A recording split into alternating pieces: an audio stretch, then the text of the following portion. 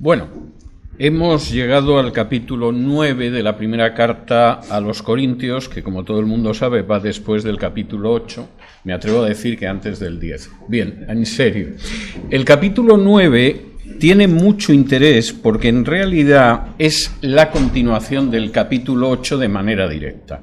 Es decir, hasta ahora hemos ido viendo capítulos que abordan temas diferentes, pero concretamente este capítulo 9, aunque parezca que Pablo está hablando de otra cosa, en realidad es una continuación directa del 8, sigue tratando el mismo tema. En el capítulo 8 él hablaba de los idolotitos, de lo sacrificado a los ídolos, y en un momento determinado la gran lección es que hay que tener prioridades, y dentro de esas prioridades hay que tener muy claro que uno tiene que saber renunciar a sus derechos por el bien del Evangelio y por el bien de los hermanos. Yo puedo tener totalmente el derecho de comer lo que me parezca bien, no hay ninguna prohibición en el Evangelio a que yo coma lo que quiera, pero para no hacer tropezar a un hermano débil, para no poner obstáculo al Evangelio, puedo renunciar y debo renunciar a mi derecho de comer lo que me parezca. Porque evidentemente el avance del Evangelio tiene prioridad y es prioritario sobre el hecho de que yo pueda comer y tenga derecho a comer lo que me parezca. No estoy sujeto a ninguna dieta como la hay en el Islam, o la hay en el judaísmo, o la hay en el hinduismo, o en algunas sectas que dicen que son cristianas como los adventistas del séptimo día. No existe eso, pero yo puedo renunciar a mis derechos. Cuando uno llega a este punto, claro, la primera cuestión que uno se plantearía es: ¿y tú, Pablo, has renunciado alguna vez a tus derechos?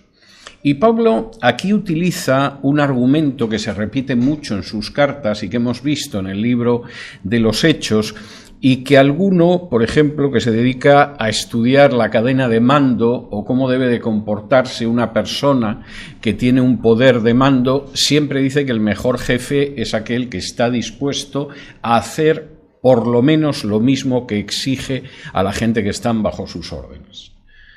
Cualquier persona que tenga un cierto interés, por ejemplo, por la historia militar, pues sabe que generalmente los generales, los jefes militares que han sido admirados enormemente por sus hombres y que los seguían hasta la muerte, eran aquellos que nunca pedían a sus hombres algo que ellos no estuvieran dispuestos a hacer.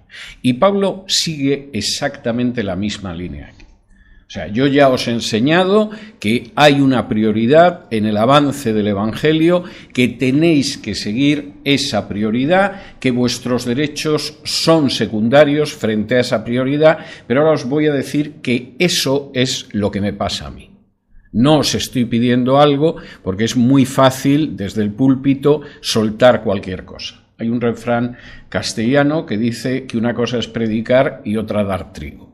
Y efectivamente, predicar puede ser relativamente fácil, a la hora de dar trigo ya la cosa cambia, Es muy fácil marcar una serie de conductas.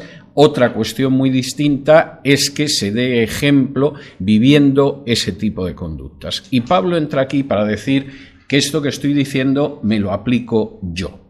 Y me lo aplico yo, que además soy un apóstol. Y yo soy el primero que renuncia a derechos que tiene porque sabe que existe una prioridad. Primera cuestión, versículo 1, versículo 2. No soy apóstol, no soy libre, no he visto a Jesús, el Señor nuestro, no sois vosotros mi obra en el Señor. Si para otros no soy apóstol, para vosotros ciertamente lo soy, porque el sello de mi apostolado sois vosotros en el Señor. Primera cuestión, yo soy un apóstol, estoy en una situación que es una situación superior a la vuestra, fundamentalmente porque yo reúno las dos características del apóstol, sin las cuales no hay un apóstol. Primera, yo he visto al Señor resucitado. Cualquier persona que en estos momentos se autodenomine apóstol y no se le ha parecido Jesús resucitado, o está muy despistado o es un farsante.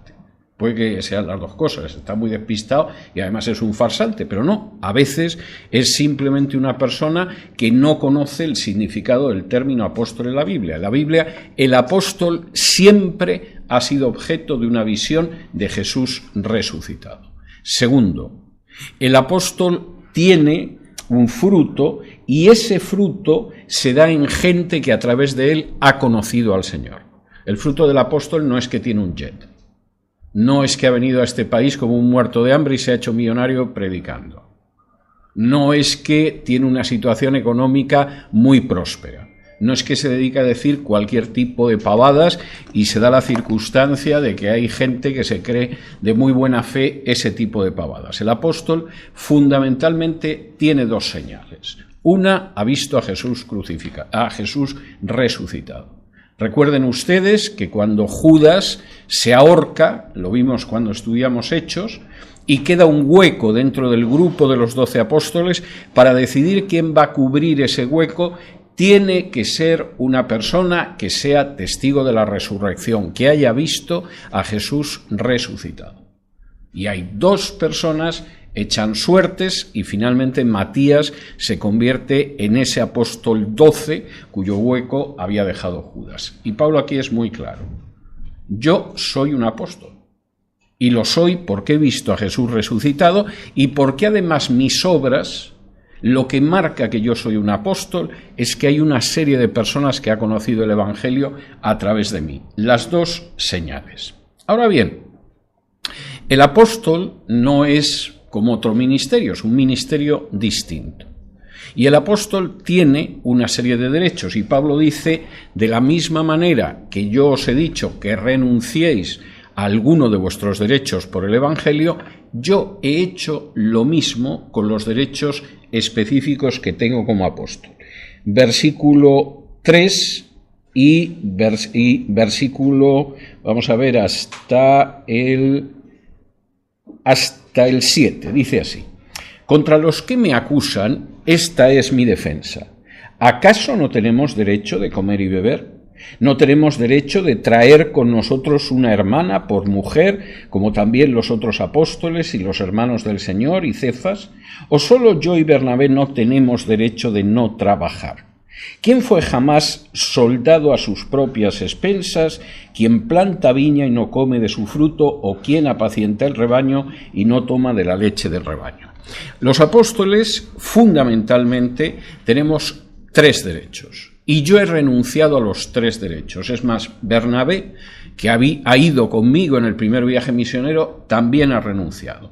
El primero, versículo 4, es que efectivamente me proporcionen de comer y de beber. Esto es bastante modesto para lo que sugieren algunos supuestos apóstoles contemporáneos, pero incluso para mucha gente que tiene un ministerio. Yo no se me ocurre pensar que gente estaría dispuesta a vivir en la obra misionera con que le cubrieran solamente el comer y beber. Pero, efectivamente, ese es un derecho del apóstol. Yo tengo derecho a comer y beber como los otros apóstoles y que efectivamente me sostengan en la comida y en la bebida. He renunciado a ese derecho. Tengo derecho a casarme. Y esto es muy importante. La Iglesia primitiva no conocía el celibato.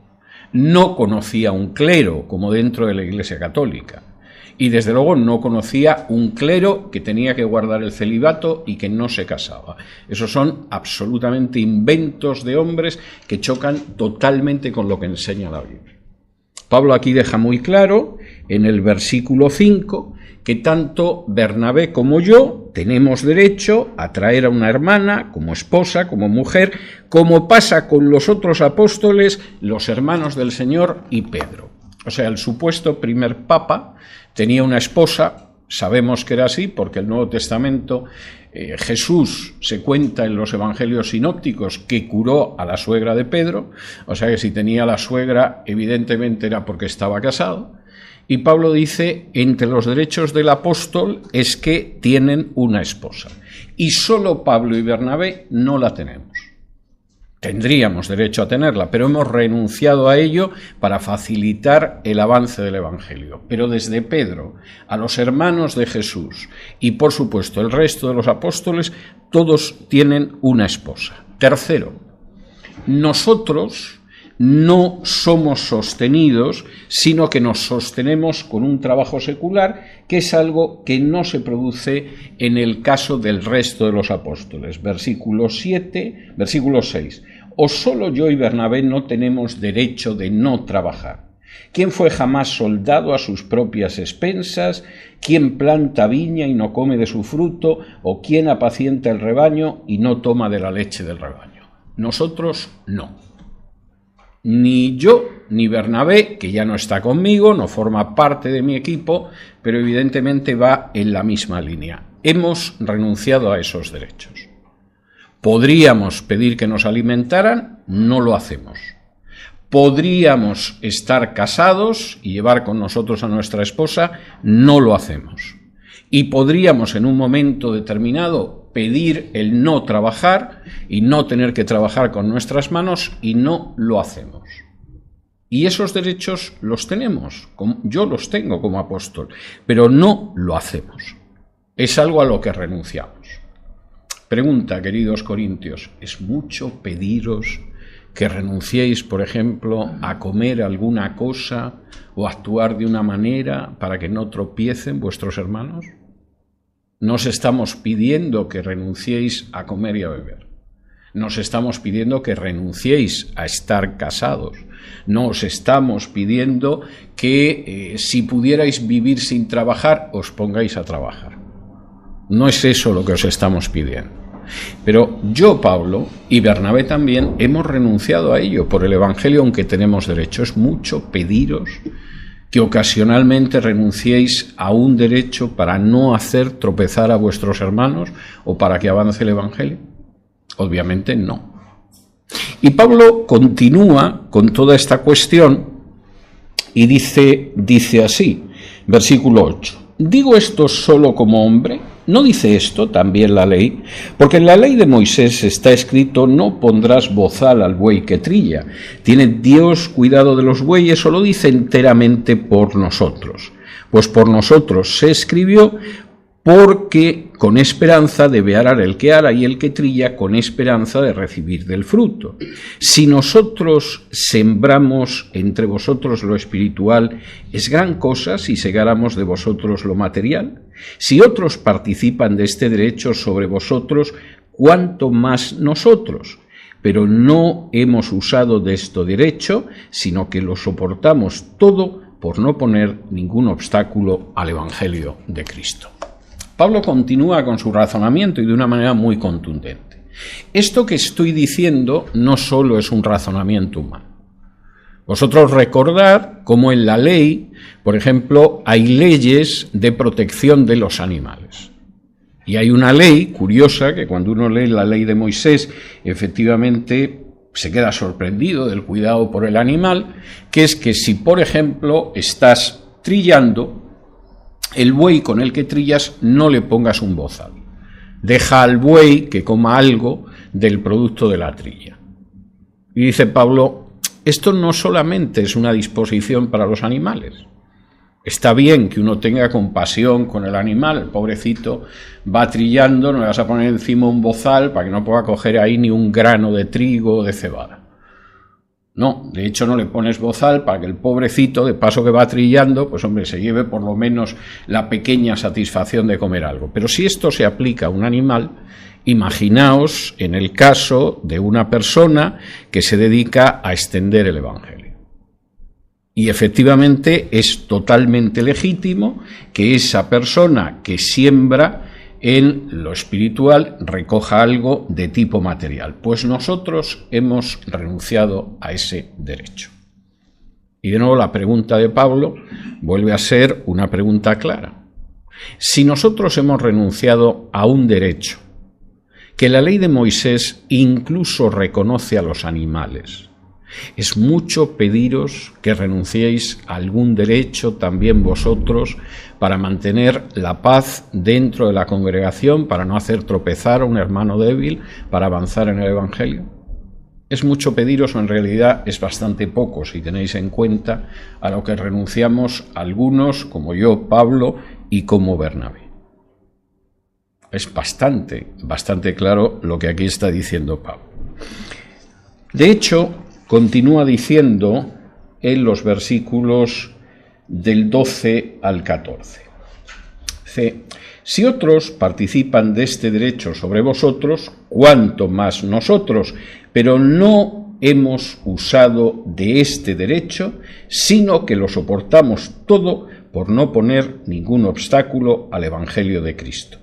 ¿No sabéis que los que trabajan en las cosas sagradas comen del templo y que los que sirven al altar del altar participan? Así también ordenó el Señor a los que anuncian el Evangelio que vivan del Evangelio. Pablo insiste: nosotros no hemos usado ese derecho, y ese derecho lo tenemos.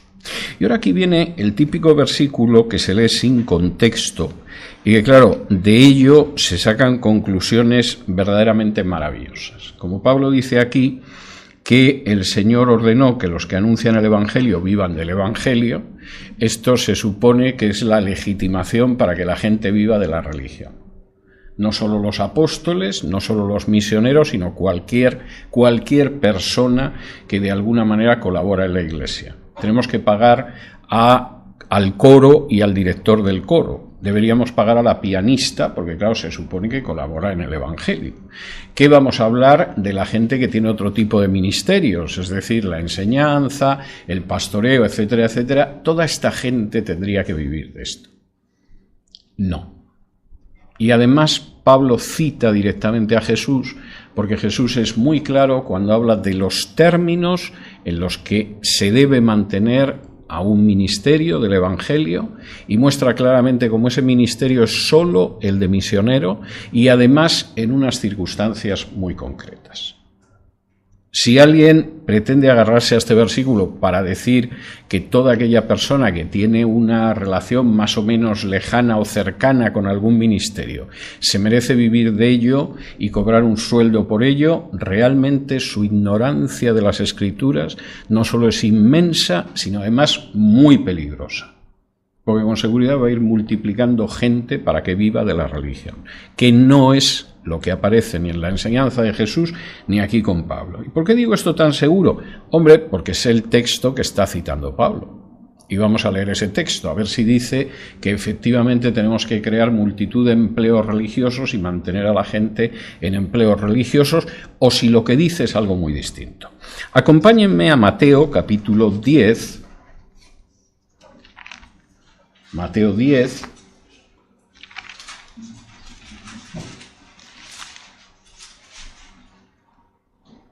Y versículos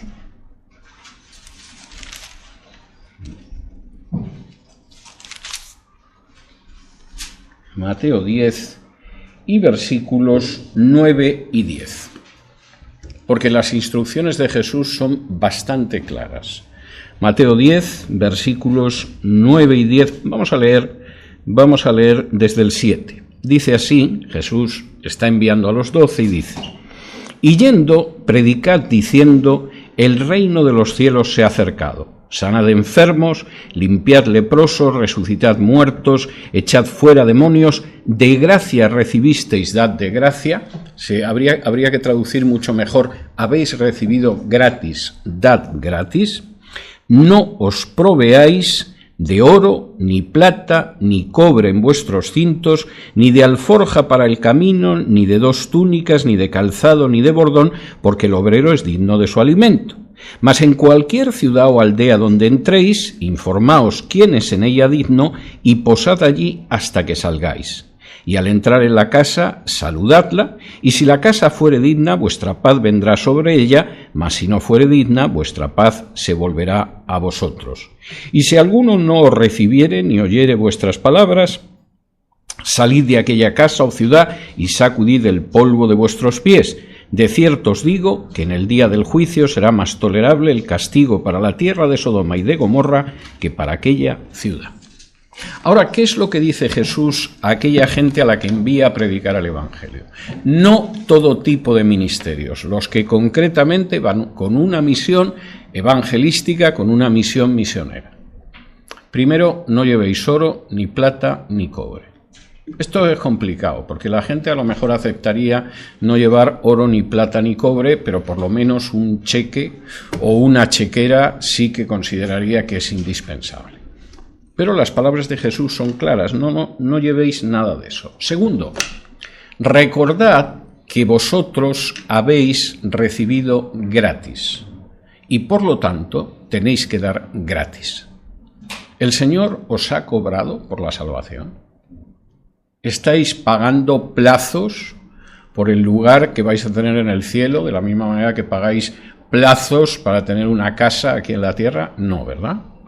El Señor os dio gratis, vosotros dais gratis. Esa es la enseñanza de Jesús. Y claro, la cuestión es, bueno, sí, pero no nos engañemos. Tenemos que comer. El cuerpo humano sin comer pues, enferma y se muere. No pasa nada.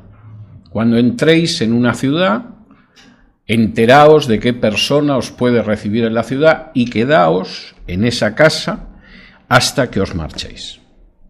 Y sí, efectivamente, si os dan de comer, os dan techo y todo lo demás, agradecedlo. Eso es justo que lo recibáis.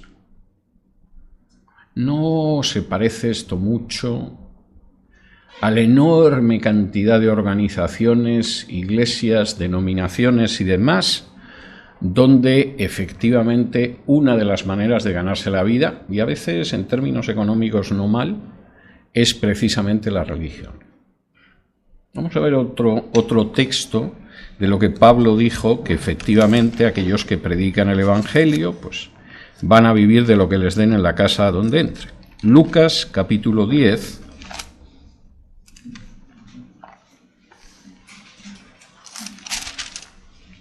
Lucas 10 y versículos del 5 al 8.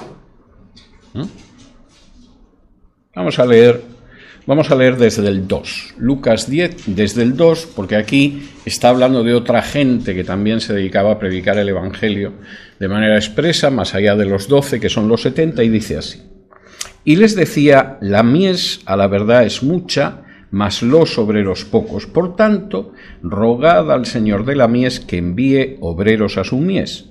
Id, he aquí, yo os envío como corderos en medio de lobos. No llevéis bolsa, ni alforja, ni calzado, y a nadie saludéis por el camino. En cualquier casa donde entréis, primeramente decid, paz sea a esta casa.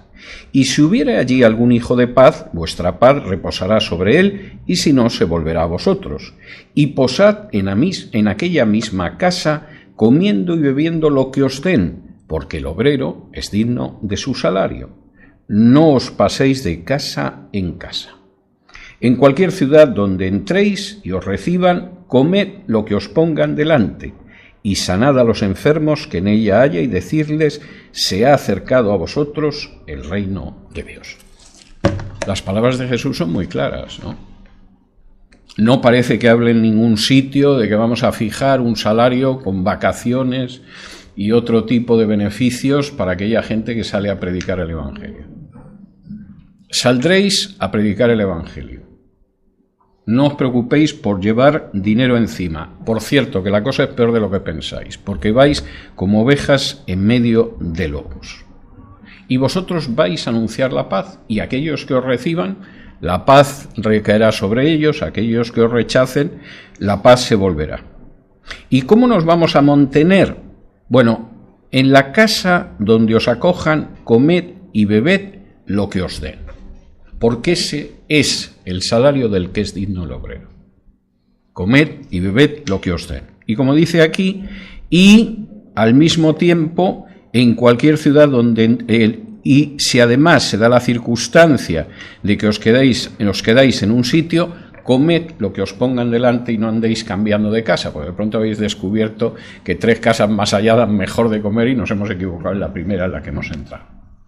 Las palabras de Jesús son de una claridad que verdaderamente hay que estar muy ciego para no verlas, pero son muy claras. ¿Qué significa que el obrero es digno de su salario? Que hay un pastor y además pone unas condiciones como si fuera el ejecutivo de una multinacional. No está hablando ni siquiera del ministerio de pastor, está hablando de la gente que efectivamente va predicando de manera itinerante, de manera misionera, el Evangelio. Y esa gente no lleva dinero. Y esa gente acepta la comida que le dan. Es el salario que recibe. Y eso que acepta lo que le ponen. No se queja porque aquello tenga pocas calorías, o sea poco sabroso, o esté mal condimentado. Y no se va cambiando a otra casa que se ha enterado que dan mejor de comer. Aquí te ponen carne una vez a la semana, en la otra parece que casi todos los días. Esto nos suena muy parecido a lo que vemos cuando miramos alrededor. Pero esta es la enseñanza de Jesús. Y se supone que nosotros somos cristianos y que seguimos la enseñanza de Jesús. No lo que de pronto hay una serie de personas que han decidido que tienen que seguir. Y Pablo dice, ese sería un derecho mío y de Bernabé, pero hemos renunciado a ello. Sabemos perfectamente lo que el Señor quiere decir cuando dice que el obrero es digno de su salario, Lo deja muy claro, el propio Jesús lo explica, dice las condiciones y los términos y las circunstancias. Pero nosotros, incluso a ello, hemos renunciado. Y si la gente supiera algo de historia del cristianismo, pues conocería que esa visión de un clero aparte del pueblo, que además vive a costa del pueblo y que le cobra al pueblo los servicios y todo lo demás, es algo que comienza no antes de la gran corrupción del cristianismo que se produce después de la muerte de los apóstoles. No encuentras la idea de un obispo solo por iglesia hasta bien avanzado el siglo II. No encuentras la idea de alguien que vive exclusivamente de eso hasta bien avanzado el siglo II. Y por supuesto la idea de que en última instancia eso de mantener a alguien como ministro religioso se aplica a todo tipo de ministerio y no solo a los que van llevando el Evangelio como misioneros, es algo que no encuentras en ningún sitio antes del siglo II. Es una visión que nace con la Iglesia Católica, que se ha mantenido durante siglos y que por supuesto no había mucho interés en eliminar. Vivir de la religión no es mala forma de vivir. Y sin embargo no es lo que dice Pablo. E incluso esos derechos que son muy modestos, comer y beber, que fue lo que dijo el Señor, que te ofrezcan la comida y la bebida y te comas lo que te pongan delante. O el hecho de que podemos casarnos, como podría ser el caso de un rabino de la época de Pablo, o el hecho de que no trabajes, porque efectivamente vas tan deprisa en el camino intentando comunicar el Evangelio, que como dice el texto del Evangelio, ni os paréis a saludar a la gente. Vosotros a lo vuestro, que es a predicar el Evangelio. Hasta esos derechos Pablo estaba dispuesto a renunciar a ellos. Y de nuevo la pregunta, volviendo al capítulo anterior, es: ¿resulta mucho pedir que renunciemos a alguno de nuestros derechos, aunque lo tengamos, para mantener la armonía dentro de la Iglesia, para no escandalizar a un hermano débil, para que avance el Evangelio? ¿Es mucho pedir? O en realidad es muy poco, pero como tenemos unas prioridades que no son las correctas, pues nos parece que es un mundo. Y Pablo dice: los derechos que yo tengo como apóstol he renunciado totalmente a ellos. Y sigue todavía más con esto. Versículos del 15 en adelante. Pero yo de nada de esto me he aprovechado, ni tampoco he escrito esto para que se haga así conmigo, porque prefiero morir antes que nadie desvanezca esta mi gloria. Pues si anuncio el Evangelio, no tengo por qué gloriarme, porque me es impuesta necesidad, y ay de mí si no anunciar el Evangelio. Por lo cual, si lo hago de buena voluntad, recompensa tendré, pero si de mala voluntad, la comisión me ha sido encomendada. ¿Cuál pues es mi galardón? Que predicando el Evangelio, presente gratuitamente el Evangelio de Cristo, para no abusar de mi derecho en el Evangelio. Y lo que dice aquí Pablo verdaderamente es tremendo. Vamos a ver, ¿por qué predicas el Evangelio? ¿Para ganarte la vida? No. El Evangelio no es una forma de ganarse la vida. Hay gente que sí, que lo ha convertido en su forma de ganarse la vida. Pero eso es prostituir totalmente la enseñanza de Jesús. Eso es pervertir y degenerar la enseñanza de Jesús y de los apóstoles. Y Pablo es muy claro: yo no me he aprovechado de nada de lo que podría hacer. Os estoy escribiendo esto por vuestro bien, para que captéis mi enseñanza. No porque quiero que ahora alguien diga: hombre, Pablo, no puede ser, menuda túnica llevas, te tienes que comprar otra, esas sandalias, otras sandalias para... No, yo no os escribo por eso. Os escribo para que captéis lo que estoy diciendo. Pero ahora os voy a decir algo más. Cuando uno asume un ministerio en el Señor, no lo asume para su promoción personal. El Señor te ha dado un don para que tú puedas servirle a Él en ese don o en esos dones y para que puedas servir a otros.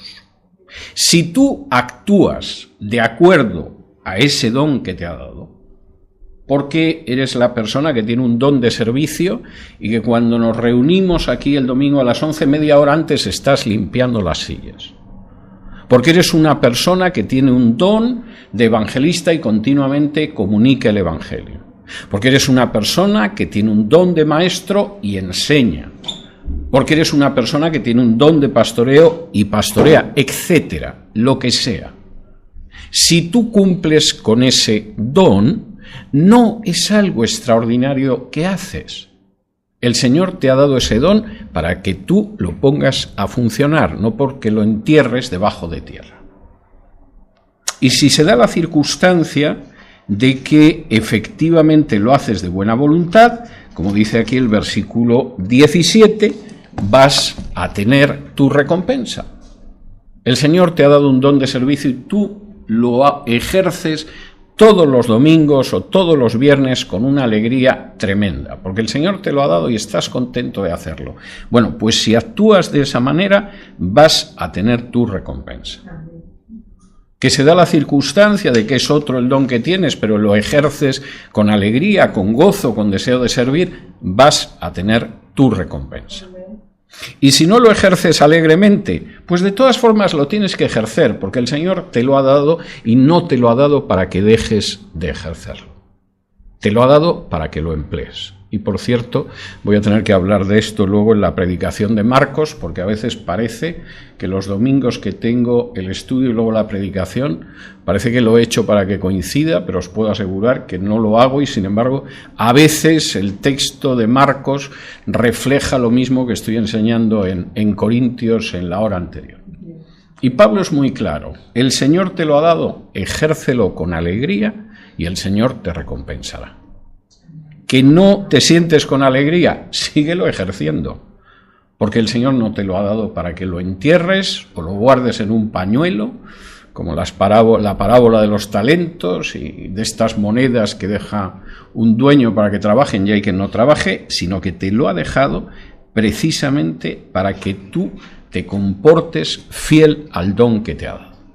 Y Pablo dice: y en mi caso, yo quiero todavía recibir más.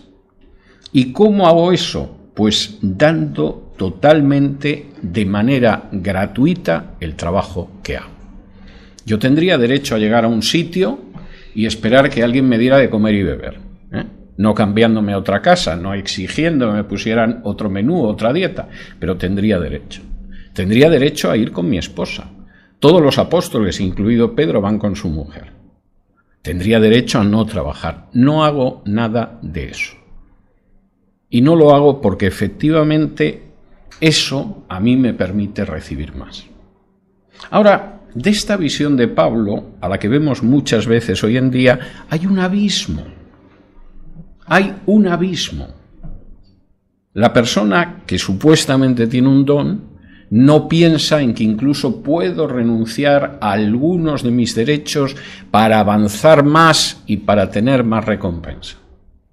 Procura acotar bien los derechos, todavía más, si es posible yendo bastante más a mucho más de lo que dijo Jesús, que es demasiado modesto, y esto se supone que es magnífico. No es el ejemplo que uno esperaría de gente que efectivamente tiene tareas de ministerios importantes y de dirección dentro de la congregación. Y Pablo es el ejemplo.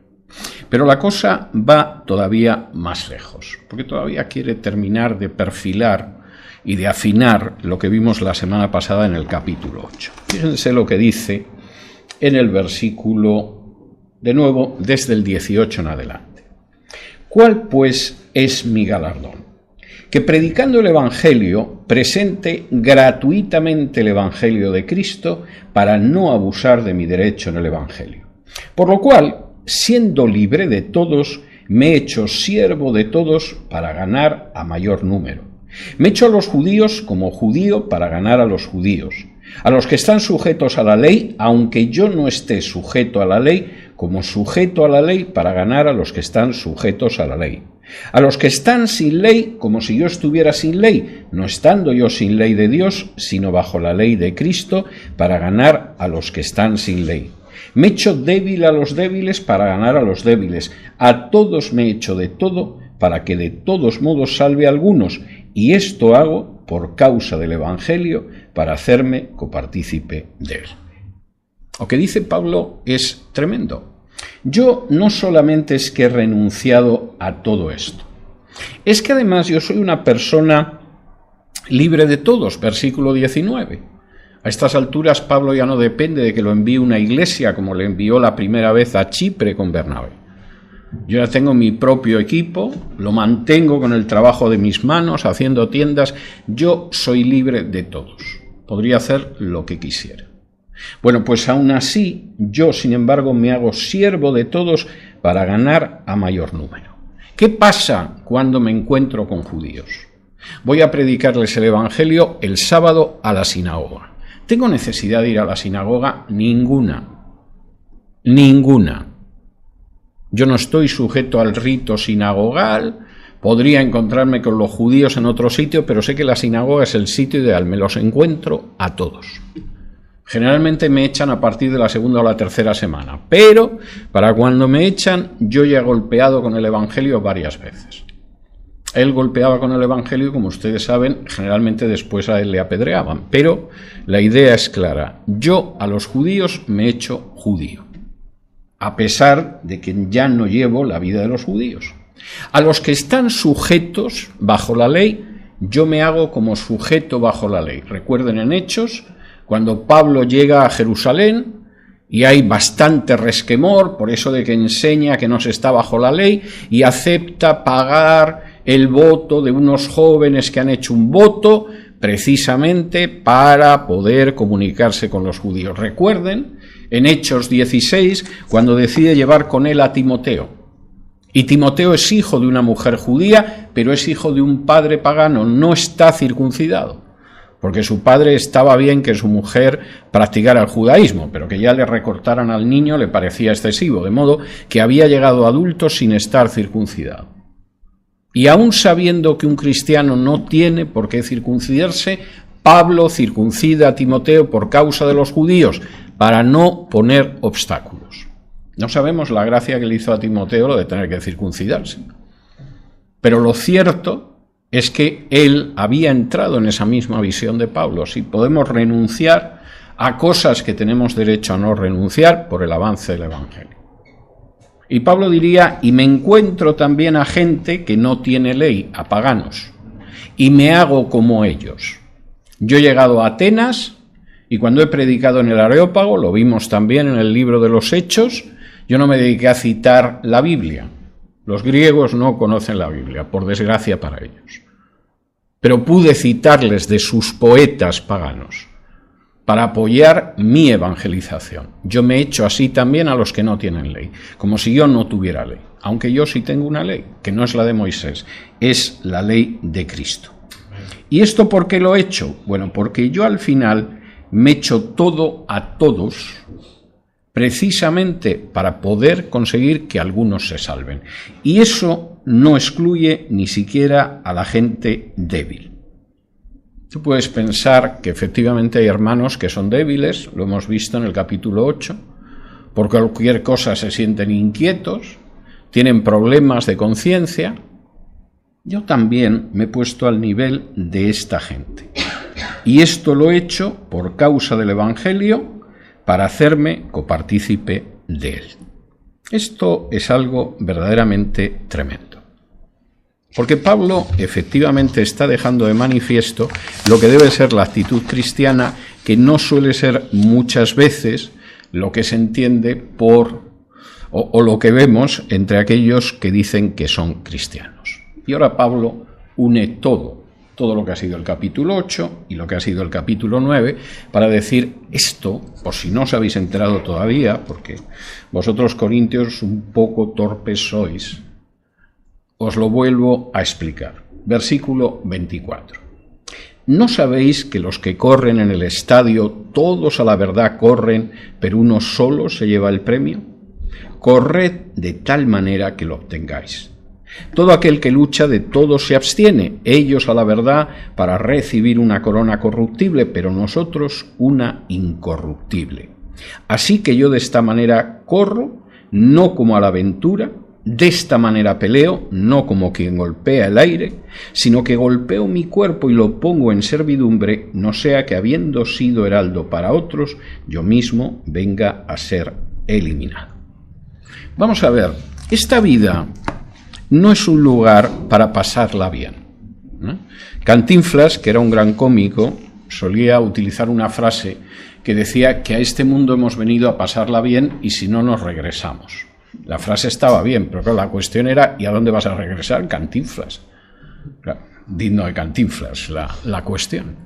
Y no, a este mundo no hemos venido a pasarla bien. No es que hayamos venido a sufrir espantosamente, pero la finalidad de la vida no es pasarla bien, aunque efectivamente muchos se empeñan en ello. Es más, hay muchas cosas que hay que hacer en esta vida que implican no pasarlo siempre bien.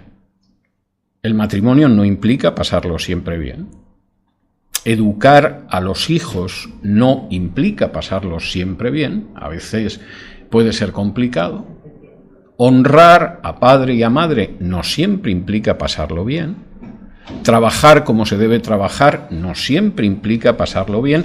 Y tener una educación, aunque te guste mucho aprender, no siempre implica pasarlo bien. Intenta aprender un idioma divirtiéndose solo.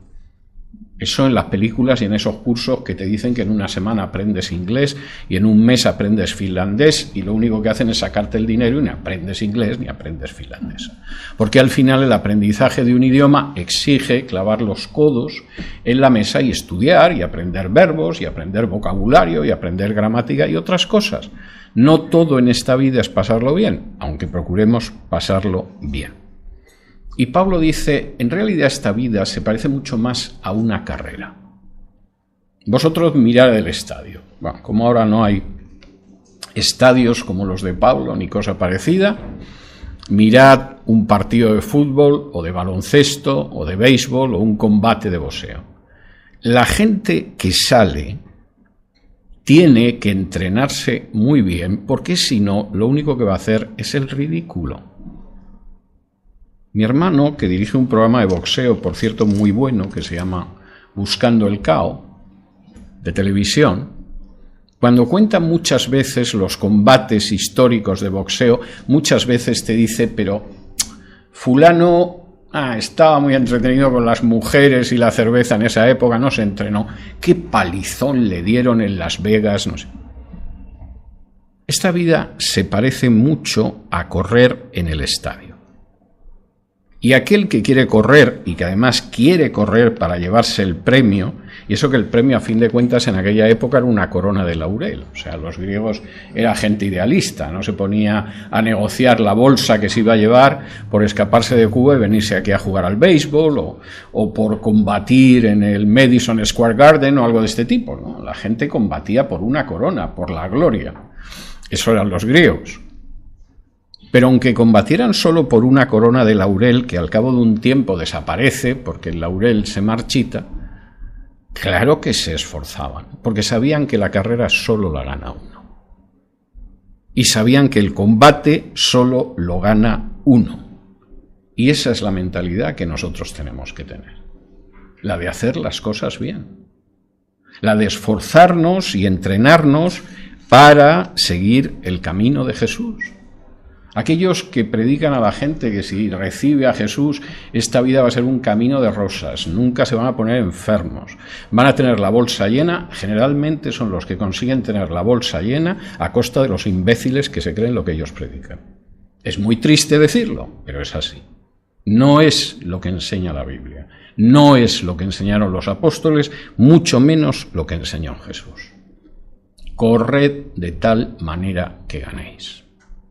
Y si queréis correr de esa manera, que no sería esforzaros más que lo que se esfuerzan los atletas en el estadio, además para la gloria solo de una corona que se corrompe, si es así, pues claro que uno está dispuesto a tener prioridades y está dispuesto a renunciar a sus derechos. Y de nuevo Pablo dice, no os estoy pidiendo algo que yo no haya hecho. Yo sé que esta vida es un combate. Y el problema en esta vida no es que en medio del combate te tumben sobre la lona. El problema es que no te levantes de la lona. Esta vida da muchos golpes y puede ser muy dura. Pero tienes que levantarte y seguir combatiendo. Y Pablo dice, ¿y cómo combato yo? Yo no doy golpes al aire. Si alguna vez han visto un combate de boxeo, y no crean que no merece la pena, aparte del deporte es muy interesante las aplicaciones espirituales, uno de los trucos para cansar al adversario es que dé golpes al aire. El otro intenta, lógicamente, golpearte, acertarte, atinarte. Y tú te mueves de tal manera que el otro da los golpes al aire y se cansa. Y Pablo dice, yo en esta vida no voy dando golpes al aire. Yo no me voy a cansar espiritualmente en cosas inútiles. Hay gente que acaba cansándose espiritualmente porque le tienen haciendo pavadas y payasadas y no es nada útil. Y Pablo dice, yo no doy golpes al aire. ¿Cómo golpeo yo? Versículo 27, golpeo mi cuerpo y lo pongo en servidumbre. El término que aparece aquí para golpear mi cuerpo es un término específico del boxeo en griego. Golpeo debajo del ojo, habría que traducir. Cuando yo combato en este combate de la vida, yo no voy dando golpes al aire. Yo procuro dar el golpe que coloca fuera de combate al adversario. Y es la palabra que aquí aparece en griego. Ese golpe mortal del boxeador que te da justo debajo del ojo y que parece que el cerebro ha empezado a bailar y que efectivamente derriba al que tienes enfrente.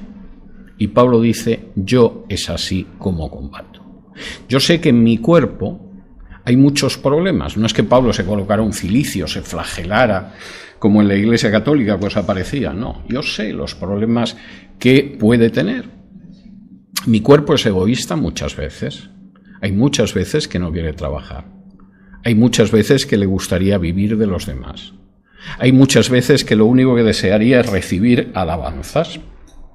Hay muchas veces en que esto es una carga tremenda.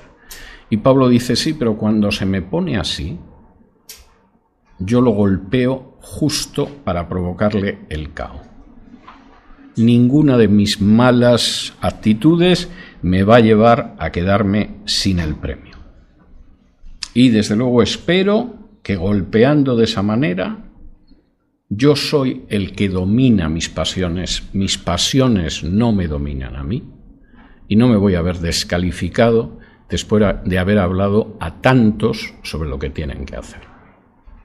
Este capítulo es un capítulo tremendo, como verán. Pablo ha vuelto a enfatizar las prioridades, ha vuelto a dejar de manifiesto que el Evangelio está por delante de mis derechos, aunque sean realmente mis derechos.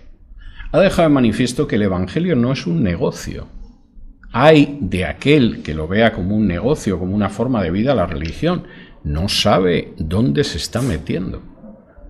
Es muy posible que un día llegue delante de Jesús y, como dice el Sermón del Monte, le diga, Señor, yo hice milagros y expulsé demonios en tu nombre. Y Jesús le diga, no te conozco de nada. Nunca has tenido ninguna relación conmigo. No, te conocí en una época, pero te desviaste. No. Nunca te conocí.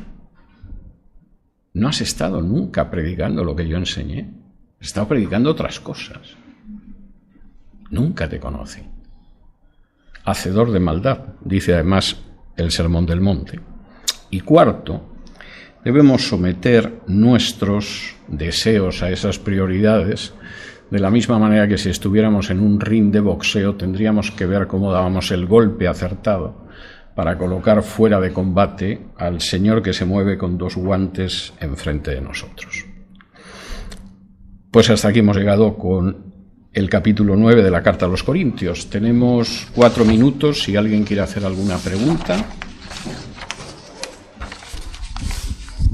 Hermano Vidal, soy un convencido de que tenemos que imitar a Cristo, pero también soy un convencido de que la vara es muy alta, ¿no? Y a lo que hemos estado estudiando en Hechos y hoy en Corintios, vemos de que Pablo tenía muchísimas cosas buenas en las cuales podemos imitar. ¿Qué consejo nos puede dar usted de lo que tendríamos que hacer para por lo menos poder imitar cosas buenas que Pablo hizo? Porque muchas veces necesitamos eventos sobrenaturales para poder creer en nuestro Señor. Necesitamos eventos sobrenaturales para poder creer en el poder de Dios. Y cuando no vemos esos eventos sobrenaturales, nuestra fe está por los suelos. ¿Qué necesitamos? Bueno, vamos a ver. Me alegro de que hayas planteado esa pregunta, Carlos, porque uno de los grandes problemas de las iglesias hispanas es que están formadas por gente que ha salido de la Iglesia Católica, pero la Iglesia Católica no ha salido de ellos, en buena medida.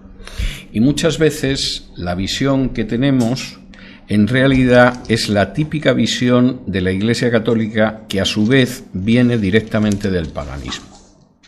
Y entonces decimos mucho eso de es que no predicamos una religión, es que en realidad predicamos una relación con el Señor.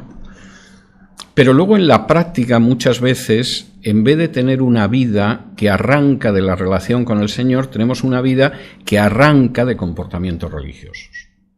Y de la misma manera que el pagano que iba a ver a la diosa Afrodita esperaba que, puesto que le daba un sacrificio a la diosa Afrodita, pues iba a recibir algo de la diosa Afrodita que quería. Y de la misma manera que el católico de a pie pues piensa que si compra y enciende unas velas o hace no sé qué sacrificio o lleva no sé qué ofrenda, pues se va a producir ese elemento sobrenatural. Nosotros a veces actuamos así. Hay gente que efectivamente necesita que esté apareciendo algo milagroso, algo sobrenatural, algo extraordinario, porque si no parece que todo se va abajo. Pero no es lo que enseña la Biblia. La Biblia enseña realmente que lo que nosotros tenemos con Dios es una relación. Y que esa relación se mantiene tanto si las cosas van muy bien como si las cosas no van tan bien. A veces van muy bien y tenemos que darle muchas gracias a Dios por ello. A veces pasamos por dificultades, pero también le damos gracias a Dios porque nos protege en medio de las dificultades y nos guarda en medio de las dificultades y nos va a hacer pasar por las dificultades y salir al otro lado. Y esa tiene que ser nuestra vida.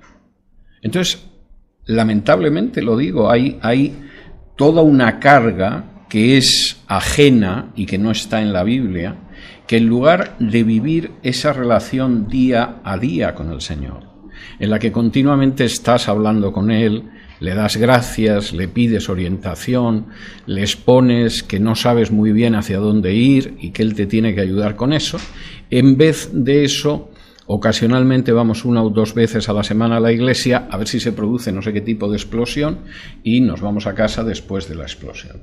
No está mal si se produce la explosión y verdaderamente viene del Señor, pero nuestra relación es una relación personal con Dios.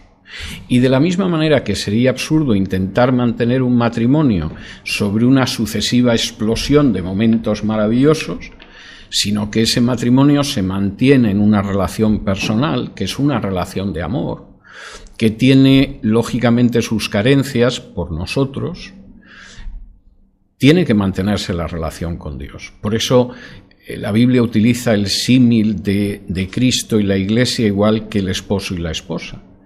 Pero también sucede con los padres y con los hijos. Nosotros, en última instancia, lo que mantenemos con nuestros padres o con nuestros hijos es una relación de amor. que a veces tiene altibajos, no siempre es maravillosa, no solo te da satisfacciones, no solo te da alegrías, aunque algunas se acercan bastante a eso. Y esa es la misma relación que tenemos que tener con el Señor. Nuestra relación no es que de pronto nos dan un electroshock espiritual y entonces nos sentimos bien y si no hay electroshock vamos perdidos. No, nuestra relación es una relación cotidiana, diaria, con Dios, es una relación de amor y a veces es una relación muy, muy suave, sin necesidad de electroshock. Y no por eso es menos dulce, y no por eso es menos hermosa, y no por eso es menos edificante.